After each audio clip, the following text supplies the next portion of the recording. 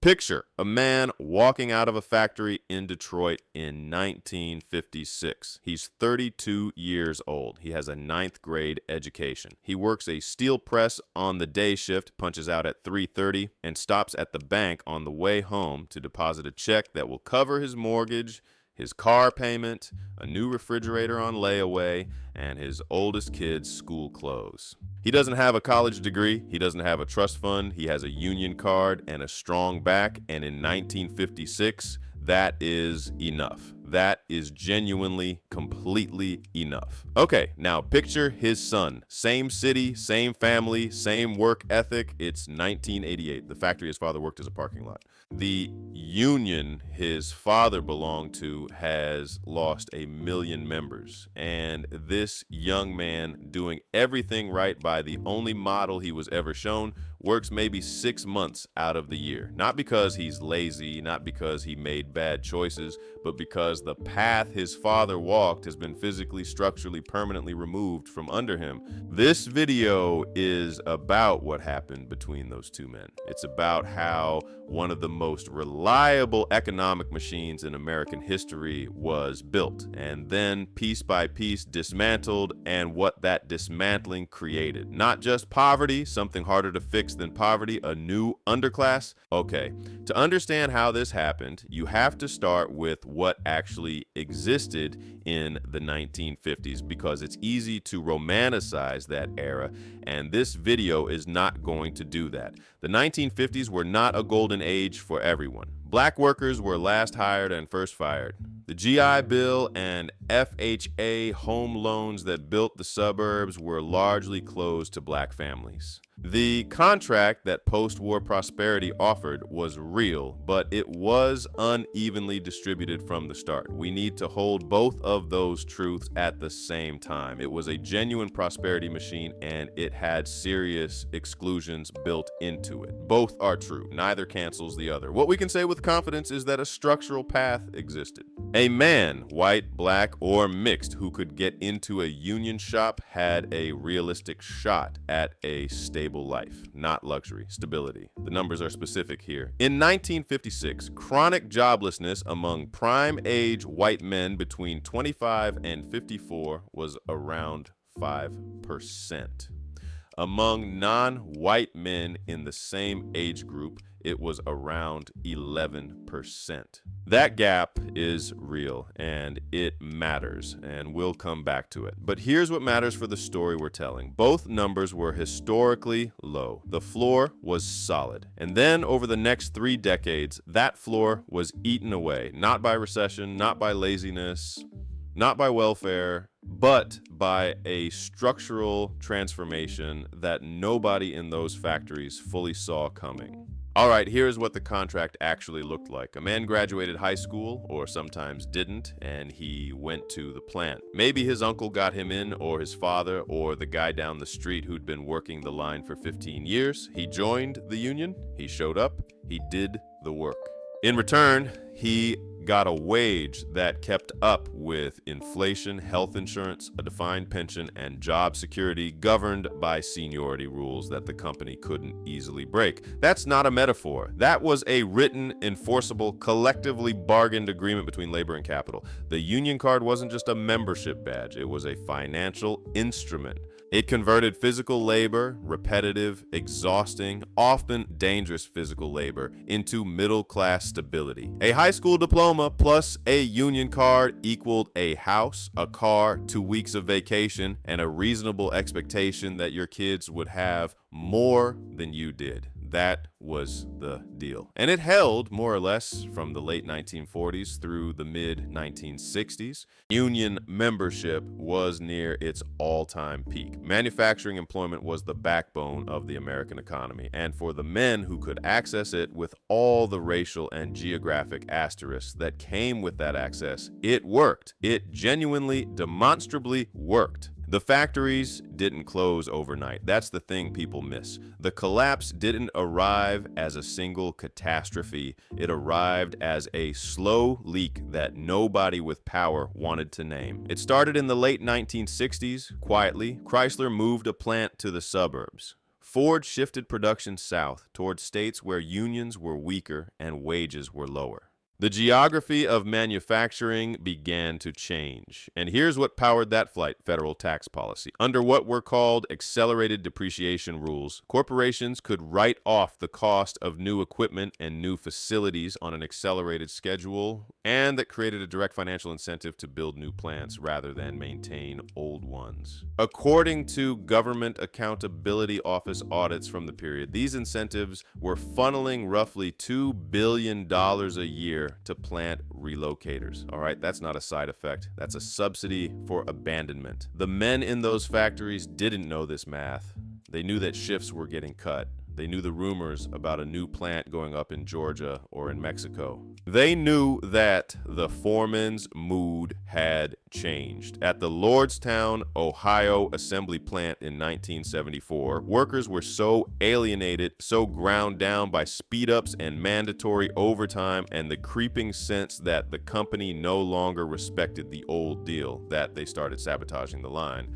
Deliberately, they were burning the contract in protest before anyone officially acknowledged it was on fire. I want to keep going on this. There's a lot more to get to. But first, I have to pay the bills. So let me tell you about something that's actually pretty useful if you're trying to make videos like this one. If you're tired of watching faceless YouTube channels rake in money while you're still figuring out how to start one, Topic to Video gets you in the game today. Type your topic, walk away, come back to a finished video with narration, visuals, captions, and a thumbnail already uploaded to your channel. It even cuts shorts for you. One topic in, one video out, plus shorts every time. Try your first video free at topic2video.com. Right, where were we? Lordstown, 1972. Workers sabotaging the assembly line. That was the leading edge. Now, the wave. In 1973, the oil shock hit like a hammer. OPEC cut supply. Energy prices doubled almost overnight. And heavy industry, steel, auto, metalworking, everything that ran on cheap energy and cheap raw materials hemorrhaged. The 1973 oil shock did not cause deindustrialization. That process was already underway, but it poured accelerant on a fire that was already burning, and what had been a slow leak became a flood. In 8 major American cities, researchers tracking census data found that the share of men over 16 who were working less than half the year rose from 26% in 1969 to 39% by 1979. A single decade. And in the worst census tracts, the neighborhoods that were already most exposed, male non-work was at 40% in 1969 and climbing toward 58% by the end of the decade. That's crazy. Nearly 6 men out of 10 in those neighborhoods working less than half a year. Imagine what a neighborhood looks like when the majority of working age men are not working. Imagine what happens to the corner stores, the schools, the families, the marriages. Prime age white male joblessness rose from 5% to 7% nationally between 1956 and 1973. Non-white rose from 11 to 14. Those numbers sound modest at a national level, but they were not evenly distributed. They were concentrated geographically, industrially, by neighborhood. The pain landed hardest in specific places: Youngstown, Ohio; Detroit; Cleveland; South Chicago; Gary, Indiana, places where manufacturing wasn't just a sector, it was the entire economy. Okay, Youngstown is the clearest case study. In the 1950s, the Mahoning Valley was one of the most productive steel regions on Earth. Blast furnaces ran around the clock. The valley employed tens of thousands of men, most of them without college degrees, most of them earning wages that put their families solidly in the middle class. On September 19, 1977, a date locals still call Black Monday, Youngstown Sheet and Tube announced it was closing its Campbell Works facility. 5,000 workers lost their jobs in a single announcement, not over years, one day. And it didn't stop there. U.S. Steel followed, Republic Steel followed. Within 5 years, 50,000 manufacturing jobs had evaporated from a single valley. The workers didn't take it quietly. There were bailout proposals, plant occupation plans, political organizing, lawsuits. Workers like the steelworkers in Gary, who physically occupied a facility to demand the government step in, they were met with court injunctions and sometimes National Guard units. The defeat was not passive. These men fought. They organized. They argued. They lost, not because they stopped caring, but because the political and corporate forces lined up against them had money, lawyers, and federal tax policy on their side. A man who'd worked the Youngstown line for 22 years. We'll call him Big Mike, drawn from oral histories of the period, waited 3 years for a recall that never came. Sold his house at a $10,000 loss. His wife left. He stood at the empty mill gates in the winter and had nothing to say. That is not a story about laziness. That is a story about the contract being broken by the party with the power to break it. The pink slip scene in a Rust Belt winter is one of those American images that entered the national memory without ever quite becoming a symbol for what it actually was. Picture it, a foreman in a plaid shirt standing under the chain link fence at the plant gate in the snow, handing out termination notices to men who've worked that floor for a decade, 2 decades. Workers throwing their boots, wives screaming from rusted Chevys idling in the parking lot, the smell of machine oil and cold air, and underneath all of it, a question that nobody had a good answer to. What do we do now? The jobs that replaced manufacturing in these cities were not equivalent. Service sector jobs, retail, food service, janitorial, paid dramatically less and offered no union protection, no pension, no health insurance, structured to sustain a family. Real income for workers without a high school diploma fell 23% between 1979 and the late 1980s. 23%. That is not a rounding error. That is the difference between a mortgage and a rental, between a pension and nothing, between being able to absorb a car repair and going into debt over it. By the early 1980s, the labor market had effectively split into 2 economies. One economy rewarded education and credentials. The other, the one that had employed the men in these factories, was contracting, paying less, and offering none of the structural supports that had made the first economy accessible to people without degrees. The path was closing. For millions of men, it was already closed. All right, now here is where the story gets genuinely cruel, because by the mid-1980s, the economy was recovering. Reagan declared morning in America. The stock market was booming, GDP was growing, national unemployment was falling, and if you watch the evening news, in 1984 or 1985, you could be forgiven for thinking the rough patch was over. The economy had corrected. The downturn was behind us. Normal service would resume. That is what the headline numbers said, and the headline numbers lied. In 1988, the overall unemployment rate in the United States was 3.3%. That's not just low. By historical standards, that's exceptional. The kind of number economists point to as evidence of a healthy, functioning labor market. And by every service indicator, the economy was humming. So here's the question that researchers were asking at the time, armed with BLS microdata and census-tracked records. How were prime age men actually doing? Not the headline number, the men themselves in the cities and neighborhoods where manufacturing had collapsed. The answer was this. In 1988, during that banner economy, prime age white men between 25 and 54 had a chronic joblessness rate, meaning working less than half the year or not at all, of 9%. That's crazy, right? And for non-white prime age men, the rate was 19%. Nearly 1 in 5 in a boom year. Not a recession year, not a downturn, a boom. The joblessness rate for non-white prime age men in 1988 was nearly double what it had been in 1956, which itself had not been a particularly good year for black workers, and the white rate had nearly doubled too, from around 5% in 1956 to 9% in 1988. The recovery had happened. The jobs had come back, just not to the same men, not to the same places, not in the same form. The factories that had employed these men now employed robots or operated with a fraction of the workforce or were parking lots. The economy had restructured around them. They had been left on the other side of a wall that nobody officially acknowledged existed. Yeah. This is the structural proof, and it matters enormously because there's a comforting story that people reach for when confronted with data like this. The comforting story is it was just a downturn. These men were caught in a rough cycle, but cycles turn and eventually the tide comes back in. The 1988 data kills that story. Definitively.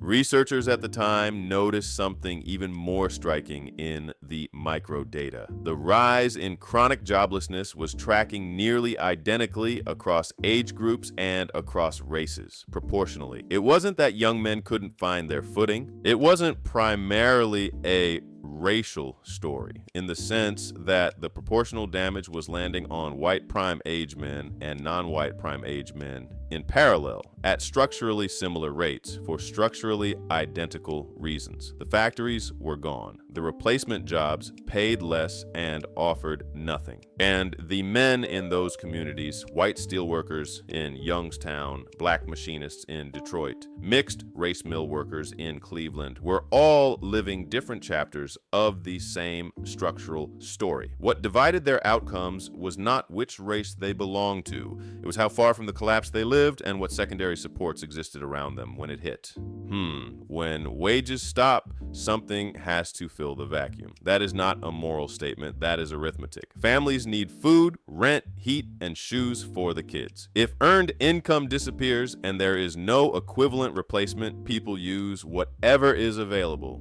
What was available was welfare, specifically AFDC, aid to families with dependent children. AFDC enrollment expanded through the late 1970s and into the 1980s, not because people suddenly stopped valuing work, but because work had stopped valuing them back. And here, the story gets complicated in an important way. There were rules embedded in the welfare system, some of them lingering locally long after they were struck down federally in 1968, that penalized two-parent households. These so-called man-in-the-house rules meant that in some places, having an employed adult male in the home could disqualify a family from benefits. Court records from Philadelphia census tracts show this contributed to family splits in neighborhoods already under maximum economic stress. The welfare system, designed as a safety net,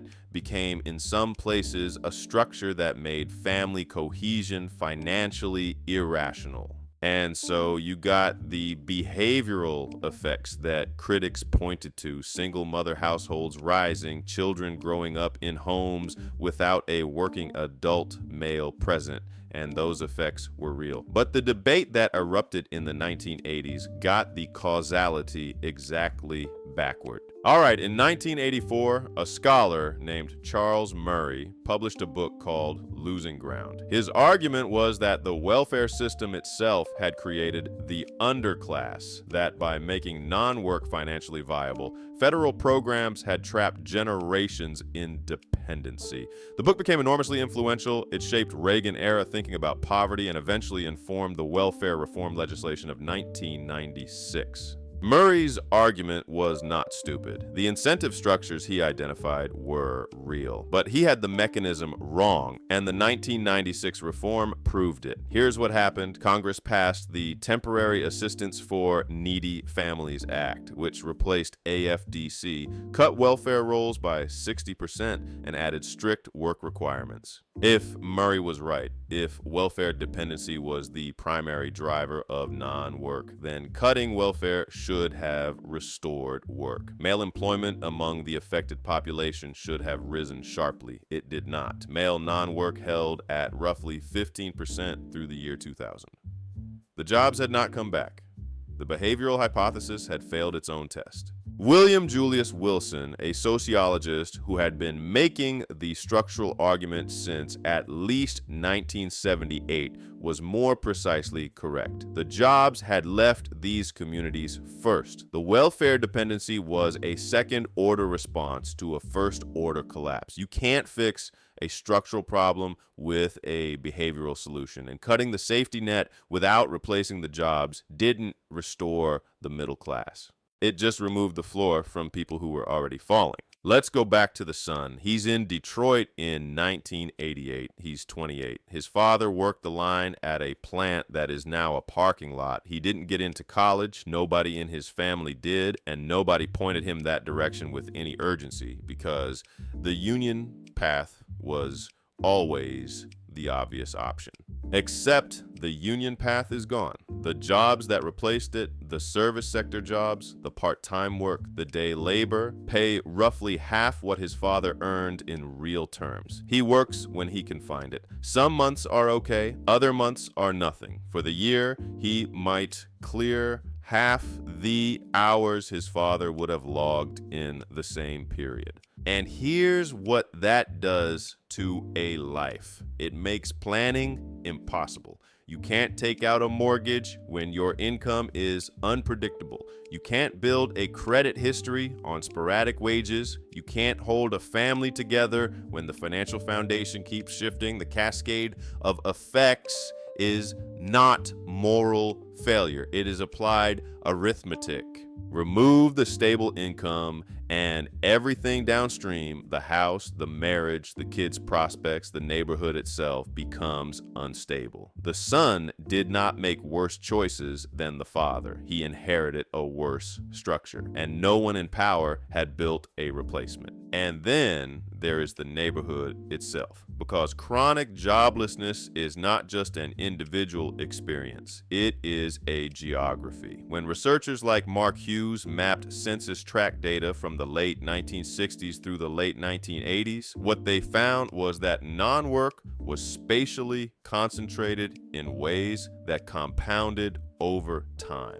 A neighborhood where 40% of working age men aren't working is not just poorer than one where 5% aren't working. It is different in kind. The visible model of adult economic life changes. What children see normalized as a daily reality changes. The tax base that funds schools and maintenance and services erodes. Small businesses that depended on workers with steady paychecks close. The diner, the hardware store, the tailor.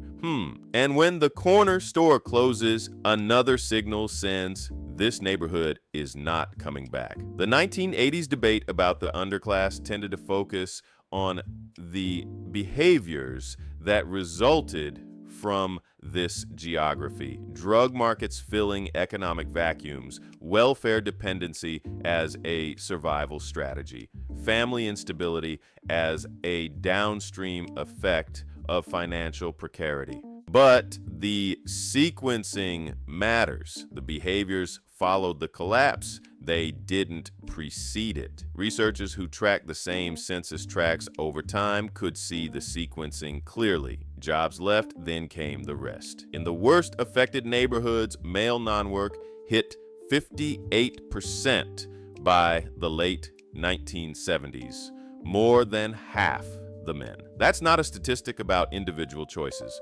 That's a statistic about a place. Here is where this story connects to today. Because the underclass that formed in the 1970s and 1980s did not dissolve when the economy changed. It transmitted. The research on what economists Ann Case and Angus Deaton called deaths of despair, deaths from overdose, suicide, and alcoholic liver disease, found that these rose by 35% in former factory counties between 1999 and 2020. That is not a coincidence in timing. That is the long tail of a labor market that stopped offering a viable path and never replaced it. In 2023, prime age male labor force non-participation among workers without a college degree sat at roughly 17%. 1%. That mirrors the 1988 peaks almost exactly. 67 years after the 1956 baseline, when the floor was solid and the contract was real, the floor has still not been restored. The gig economy platforms that now employ millions of men in exactly the kind of irregular half-year work patterns that plagued Rust Belt communities in the 1980s are not a new invention. They are a new label on an old condition. The instability didn't go away. It got an app. Yeah, and the men trapped in it still can't plan a mortgage around it. Okay, the factory father in 1956 didn't know he was living inside a specific, unrepeatable economic configuration. He thought he was living inside America. He thought the deal was permanent. He thought his son would have what he had or more. He was wrong, not because he was naive, but because the structure that made his life possible was quietly being disassembled by people with the power to do it, for reasons that made financial sense to them and catastrophic sense to no one else. The central claim this video has been building toward is this: the American middle class was not outcompeted.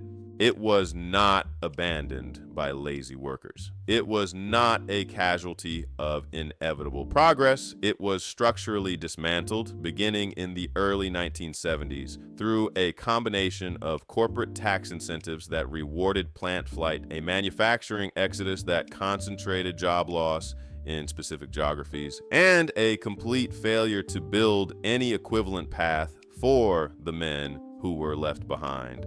The paycheck stopped working before the workers did. In 1988, at the height of a boom, nearly 1 in 5 non-white prime-age men was still chronically out of work. The white rate had nearly doubled from its 1956 baseline, and the welfare reform of 1996, which cut rolls by 60%, did not move the male non-work needle. Because welfare was never the cause. The jobs were the cause, and the jobs never came back. What was built in those factories was not just product. It was a functioning ladder between physical labor and a stable life. That ladder was removed. No replacement was offered. And the question that the data keeps asking across 1973 and 1982 and 1988 and 1996 and 2023 is not who to blame. It's whether anyone in power has any intention of building something to replace what was taken apart.